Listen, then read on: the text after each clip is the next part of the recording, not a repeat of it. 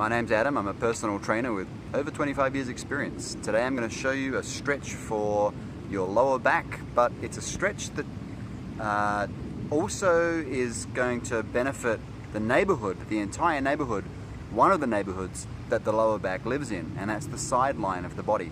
So the side of the ribs, the armpit, the arm, the side of the hip, the side of the thigh, the side of the knee, the side of the calf muscles, and the side of the ankle down to underneath the foot, okay?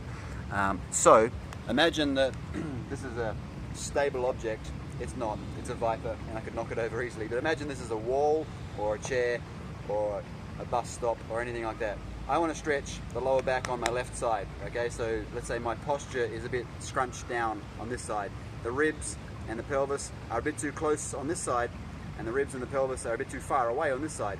So for some reason that's being stretched longer, and for some reason that's being squashed shorter, and I need to do something to get this one open a little bit, and this one maybe activated and closed a little bit. All right, there's many reasons why that could be the case, but here's a simple movement that can help. So if I'm stretching my left lower back, I know I'm touching the front of my body, but what I'm trying to do is stretch the muscles, one particular muscle called quadratus lumborum, right, square shaped muscle that joins the ribs, the spine, and the pelvis. So I want to stretch the left quadratus lumborum. I'm going to hold on to something stable on my right hand side, like a wall, a chair, and step across in front to wherever's comfortable. Some people, we've all got different shaped bodies, so some people can step further or less far. That's okay. This foot is allowed, this left foot is allowed to roll onto the side if you want.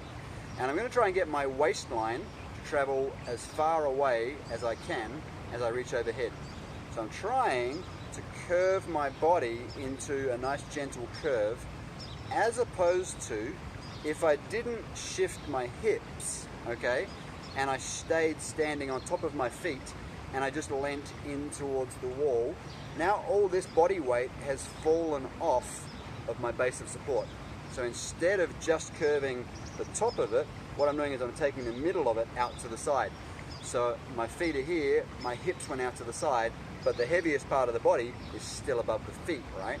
So then I go into that slightly complex stance that I showed you before, and I push the hips out, and you can see there's my head still above my feet. So I'm not placing more strain on the lower back in order to stretch it. Now I am holding on all the time, okay? Now I can do this as a moving warm-up if I wanted to sort of get the body ready for movement. I personally think that this is a good way to do it before an activity, okay? And if I wanted to just anesthetize the muscle and relax after an activity, then I could just hold this position. Now for some people, they've got so much unusual activity, whether it's neurological or just purely muscular, usually a combination, so much going on down here that just the simple act of raising the arm on this side hurts the back on this side. So in that case, don't raise the arm. All I'm going to do is step and push the hips out, okay? And like I said, a moving version or a holding version, up to you.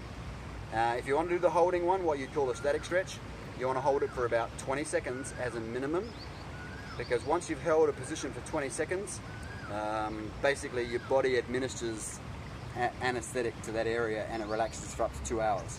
So you can get good relief for up to 2 hours from a 20-second stretch, which is pretty useful. I could also do this sitting in a chair, so I'm sitting down in my chair and I'm reaching over, but it's not quite as good as if I'm standing, because then I can take those hips out to the side, yeah? Hope that helps. If you have any questions, hit me up wherever you see this video. Have a great day.